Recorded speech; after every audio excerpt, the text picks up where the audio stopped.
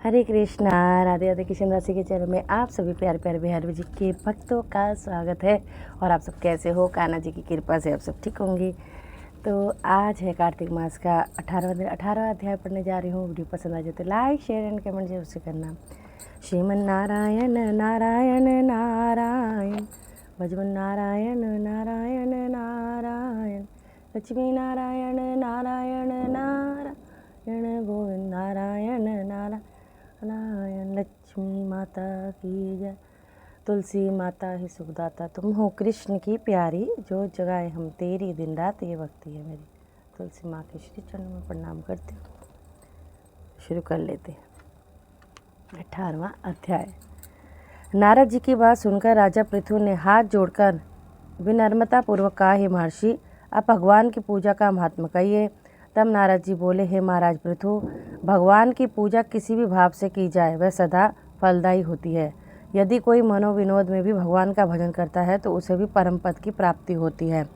फिर श्रद्धायुक्त होकर भगवत भजन करने वाले की गति क्या कहूँ, इसका तो वर्णन ही नहीं किया जा सकता। इस संबंध में मैं तुम्हें अति प्राचीन इतिहास सुनाता हूँ।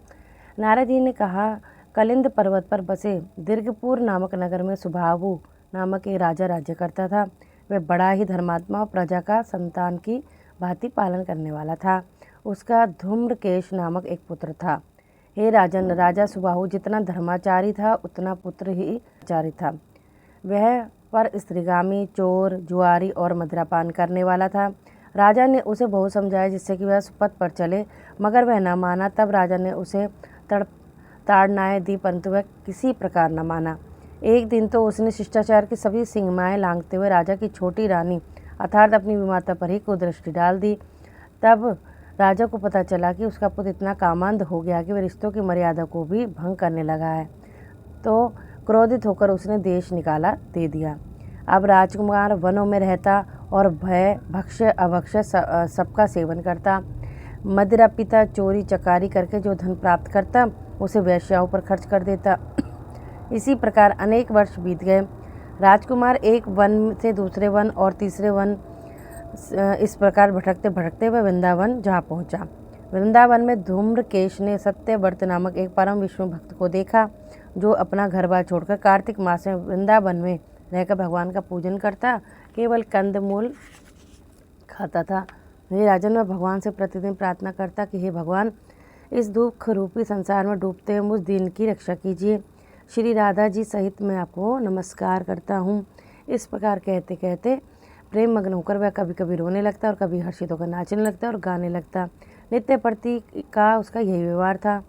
दैवयोग से एक दिन धूम्रकेश ने भी उस परम भक्त की यह क्रिया देखी और रात्रि में एक वैश्य के घर आकर उसे मिट्टी की एक मूर्ति के समक्ष वैसी प्रार्थना और दूसरी क्रियाएं नाच गाना आदि किया और सो गया। दैवयोग से तभी राजा के दूत भी वहाँ आ गए और उनके हाथों धूम्रकेश मारा गया। तत्पश्चात यमदूत वहाँ आए, उसे महापापी जानकर घसीटते और मारते हुए यमराज के पास ले गए। उसे देखते ही यमराज सिंहासन से उठ खड़े हुए और उन्होंने पाद्य अर्घ्य आदि प्रदान किया। फिर अपने दूतों को फटकारा कि हमारी आज्ञा के बाद भी ये विष्णु भक्त को यहाँ क्यों लेकर आए हो, चाहे किसी भाव से क्यों न किया हो। मृत्यु से पूर्व उसने कार्तिक मास में और वह भी वृंदावन धाम में भगवान का पूजन किया है, अतः यह बैकुंठ का अधिकारी है। तत्पश्चात यमराज धूम्रकेश ने मुखातिब हुआ, हे धूम्रकेश, भगवान की कृपा पार है, उनकी भक्ति 9 प्रकार से की जा सकती है। किसी एक भक्ति का सहारा लेकर पापी से पापी व्यक्ति भी तर जाता है। जिस प्रकार कथा श्रवण से राजा परीक्षित तरे, कीर्तन से सुखदेव, स्मरण से प्रहलाद, पाद सेवा से लक्ष्मी जी, पूजा से पृथु, वंदना से अंकुर, सत्संग से सुग्रीव, मित्र भाव में से अर्जुन, दान से राजा बलि आदि परम पद को प्राप्त हुए, उसी प्रकार तुमने भी चाहे जिस भाव से भी भगवान की पूजा की, तुम स्वर्ग के अधिकारी हो। अपने कर्म अनुसार पहले तो तुम नरक के अधिकारी थे, किंतु कार्तिक मास में की गई भगवान की पूजा व्यर्थ नहीं जाती। यहाँ पर भगवान शालिग्राम में, वहीं पर गंडकी नदी तथा अन्य तीर्थ है। हे राजन, धूम्रकेश शास्त्रों का तनिक भी ज्ञान नहीं था, अतः उसने करबद्ध होकर यमराज से पूछा, हे स्वामी, भगवान सब नदियों को छोड़कर गंडकी को कैसे प्राप्त हुए?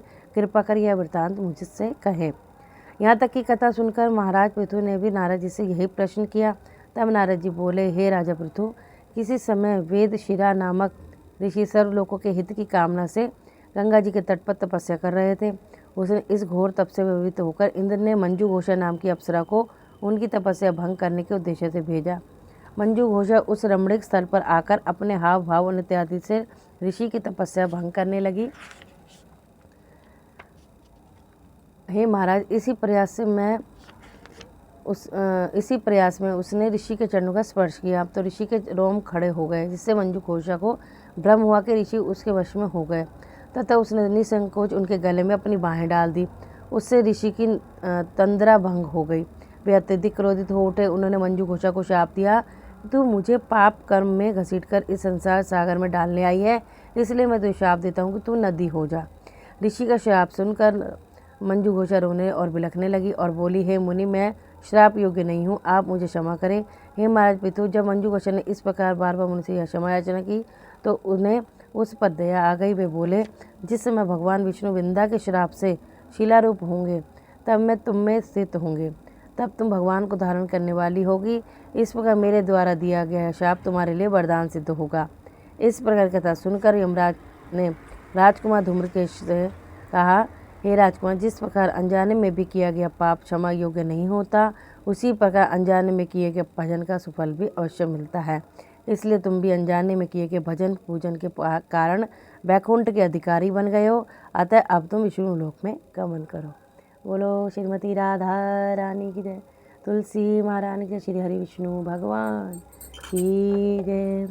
श्रीमन्नारायण नारायण नारायण, भजमन नारायण नारायण, लक्ष्मी नारायण नारायण, गोविंद नारायण नारायण, श्रीमन्नारायण नारायण, भजमन नारायण नारायण, श्रीमन्नारायण।